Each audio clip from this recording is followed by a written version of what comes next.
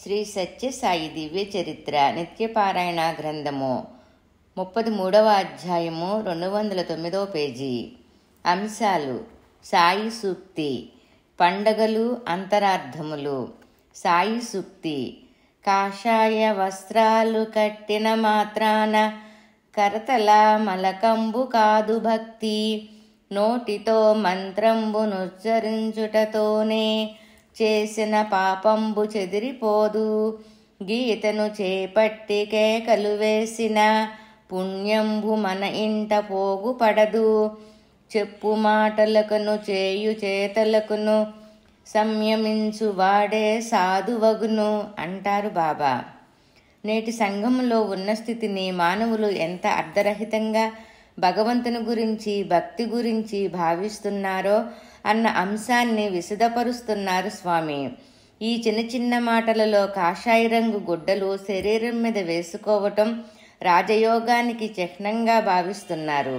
శాస్త్రములో చెప్పబడ్డ నియమనిష్టలు, భక్తి శ్రద్ధలకు ప్రాధాన్యత ఇవ్వక, భావాన్ని అర్థాన్ని పట్టించుకోకుండా కేవలం మంత్రశబ్దాలకే ప్రాధాన్యత ఇవ్వటం, ఆవేశ వ్యక్తీకరణను భక్తిగా భావించటం, భగవంతునికి మానవ లక్షణాలను, గుణాలను అంటగట్టే భావనలను పెంచుకోవటం, కేవలం పారాయణ వల్ల ఆచరణరహితంగా పుణ్యం వస్తుంది అనే భ్రమలో ఉండడం నేటి సంఘములో సాధారణ ఉన్న స్థితి. పారాయణ చేస్తే పుణ్యం వస్తుంది అనుకుంటున్నారు. అలా కాదు, ఆచరణ కూడా పెట్టాలి. మనం చదివింది కూడా చెయ్యాలి. ఆచరణ అంటే చెయ్యాలి. స్వామి ఈ స్థితి సరికాదని నిత్యాచరణలో చెప్పే మాటలకు, చేసే ఆలోచనలకు బాహ్యాచరణలో సంయమనం అవసరము అని గ్రహించి దానిని సాధించే వ్యక్తులే సాధుజనులు అని తెలియచేస్తున్నారు. ఆ ప్రయత్నమే సాధన అన్నారు. పండగలు, అంతరార్థాలు.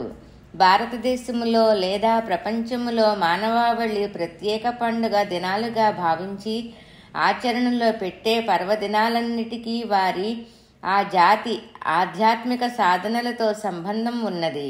అది మరిచి కేవలం పండగ అనగానే పిండి వంటలతో భోజనం, ఆడంబర జీవనం అని భావించటం సరికాదు అని తెలియపరుస్తూ, మానవులు పండగలుగా భావించి జరుపుకునే ప్రత్యేక దినాలు అన్నింటినీ పుటపర్తిలో స్వామి తమ సమక్షములో అర్థవంతంగా, అంటే అది అర్థమే ఆ పండగ విశిష్టత, అంటే ఆ విషయం, ఆ పండగ గురించి దాని అర్థం తెలిపి జరిపించేవారనమాట బాబా.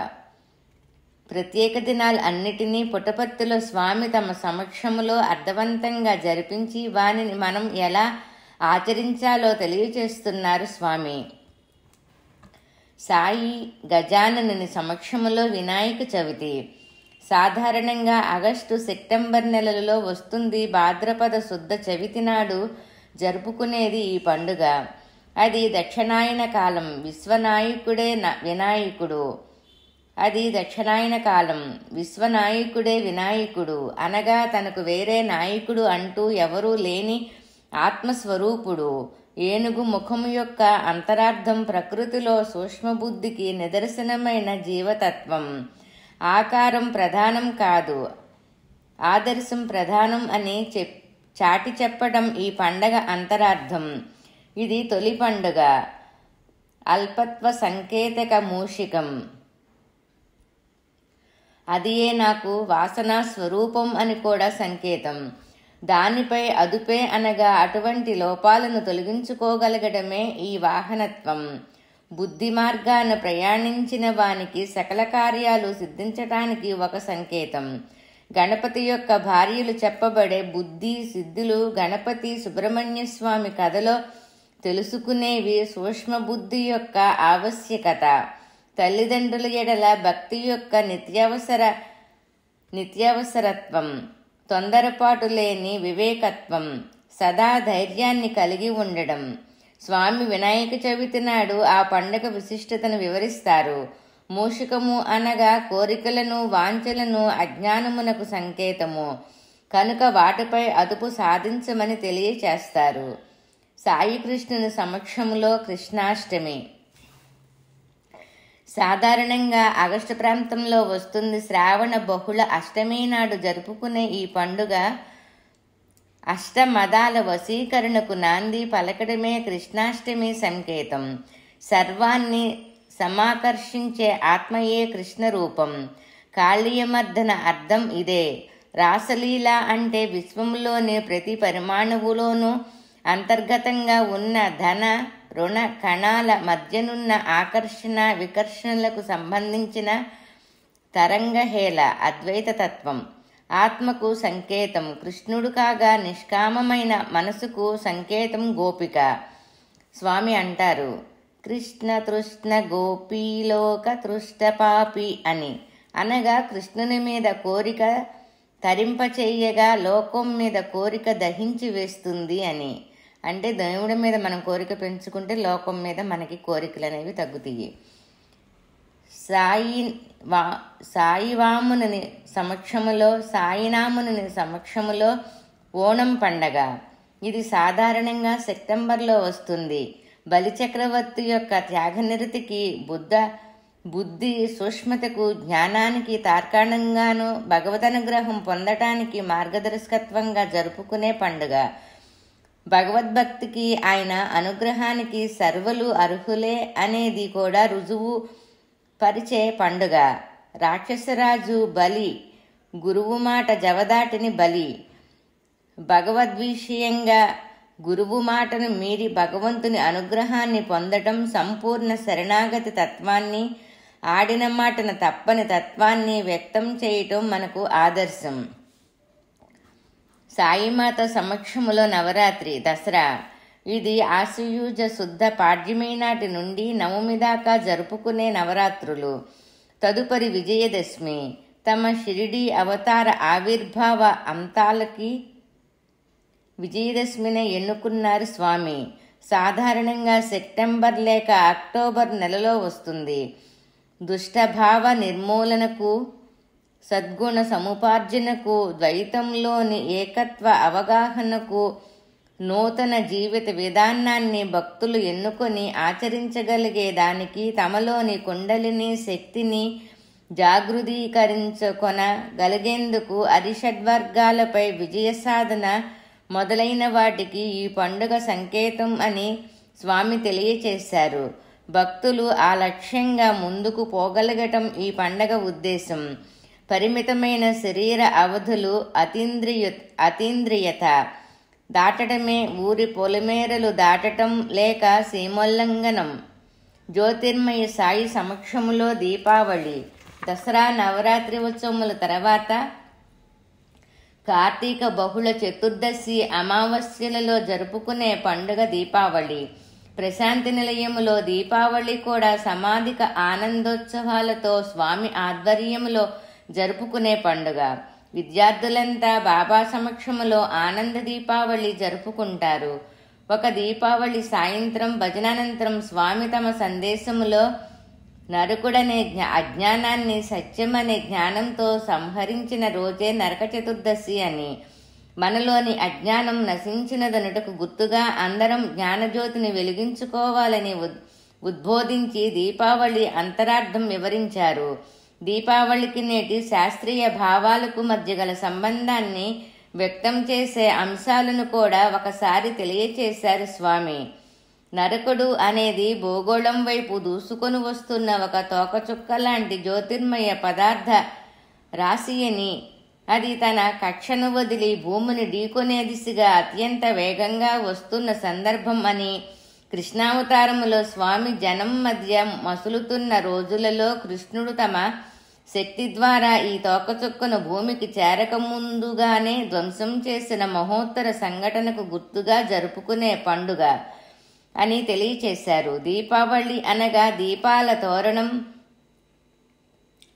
మనతో పాటుగా ఈ విశ్వమంతా జ్యోతిర్మయం అని గుర్తెరిగి మసులుకొనడానికి ఇది సంకేతం. అల్లా సాయి సమక్షములో రంజాన్ పండగ. ఇది సాధారణంగా డిసెంబర్, జనవరి నెలల్లో వస్తుంది.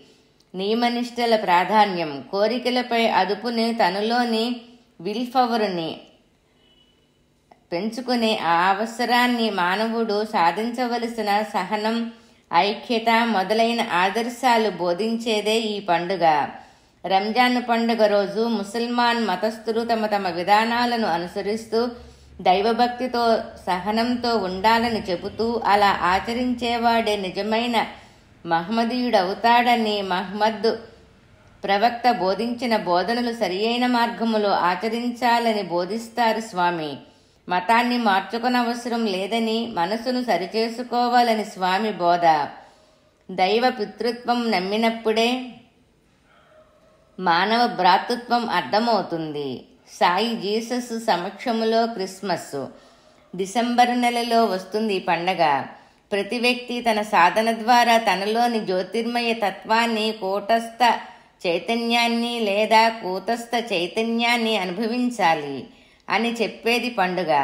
జీసస్ బికేమ్ క్రీస్ట్ అనగా జీసస్ తన సాధనా విధానాల ద్వారా క్రీస్తుగా మారాడు. అది మానవులందరికీ అనుసరించదగిన మార్గం. స్వామి సమక్షంలో క్రిస్మస్ పండుగను వేలాది విదేశీ భక్తులతో పాటు స్వదేశీ భక్తులు కూడా సంబరంగా జరుపుకుంటారు. డిసెంబర్ 25న క్రిస్టియన్ భక్తులు తెల్లని వస్త్రాలు ధరించి చేతులలో వెలిగించిన క్రొవ్వొత్తులను పట్టుకొని తెల్లవారుజామున స్వామి దర్శనార్థం నిరీక్షిస్తారు. స్వామి బాల్కనీలోని వెండి తలుపులు తెరిచి దర్శనమిస్తారు. క్రొవ్వొత్తుల కాంతితో ప్రశాంత నిలయ ప్రాంగణమంతా ప్రకాశిస్తుంది. స్వామి సమక్షంలో వారు పండగ కీర్తనలు, ఫెస్టివ్ కరోల్స్ పాడి తమ ఆనందోత్సవాలను ఆనంద సంతోషాలనమాట నిత్యానందులైన స్వామి సమక్షములో పంచుకుంటారు. వారు సంతోషం స్వామితో పంచుకుంటారు. ఆ సందర్భములో క్రీస్తు చూపిన సహనం, త్యాగం, దైవత్వం గురించి స్వామి తమ సందేశములో పేర్కొంటారు. సంస్కరణాత్మక సాయి సమక్షములో సంక్రాంతి పితృదేవతలకు కృతజ్ఞతలు తెలుపుకునేది, ప్రకృతి శక్తులను ఆరాధించేది అయిన ఈ పండుగ జనవరి 13, 14లలో వస్తుంది. వ్యక్తిలోని కృతజ్ఞతాతత్వాన్ని పెంపొందించుకోవటం నేర్పేది ఈ పండుగ. పితృదేవతలకు కృతజ్ఞతలు తెలుపుకునేది, ప్రకృతి శక్తులను ఆరాధించేది అయిన ఈ పండుగ జనవరి 13, 14లలో వస్తుంది. వ్యక్తిలోని కృతజ్ఞతాతత్వాన్ని పెంపొందించుకోవడం నేర్పేది ఈ పండుగ. దక్షిణాయన కాలం నుండి ఉత్తరాయణ కాలం ప్రారంభమవుతుంది. మకర రాశిలో రవి ప్రవేశం ఇందలి అంశం. నాటి నుండి సూర్యుని ఉత్తర దిశాగమనం మొదలవుతుంది. కాల స్వరూపాన్ని గమనించి నడుచుకోగలగడం, కాలాన్ని సద్వినియోగం చేసుకోవటం ఇందులో ప్రధానం. ప్రతిదానికి ఉత్తర మార్గం, ఆధ్యాత్మిక మార్గం ముఖ్యమని తెలియచెప్పేది ఈ పండుగ. సాయి శంకరుని సమక్షములో మహాశివరాత్రి మాఘ బహుళ త్రయోదశి, చతుర్దశి కలిసిన రాత్రి శివరాత్రి. ఇది ఫిబ్రవరి నెలలో వస్తుంది. ప్రతి వ్యక్తికి తటస్థపడేవి 3 రకాల రాత్రులు. అవి మోహరాత్రి, మోహంలో పడి కాలం వ్యర్థం చేసుకునే సాధారణ రాత్రులు. నవరాత్రి, సాధనా మార్గములో ప్రవేశించి తగిన జీవిత విధానాన్ని ఎన్నుకొని యాగాది సాధనలలో గడిపిన రాత్రులు. కాళరాత్రి లేక శివరాత్రి. కాళరాత్రి అనగా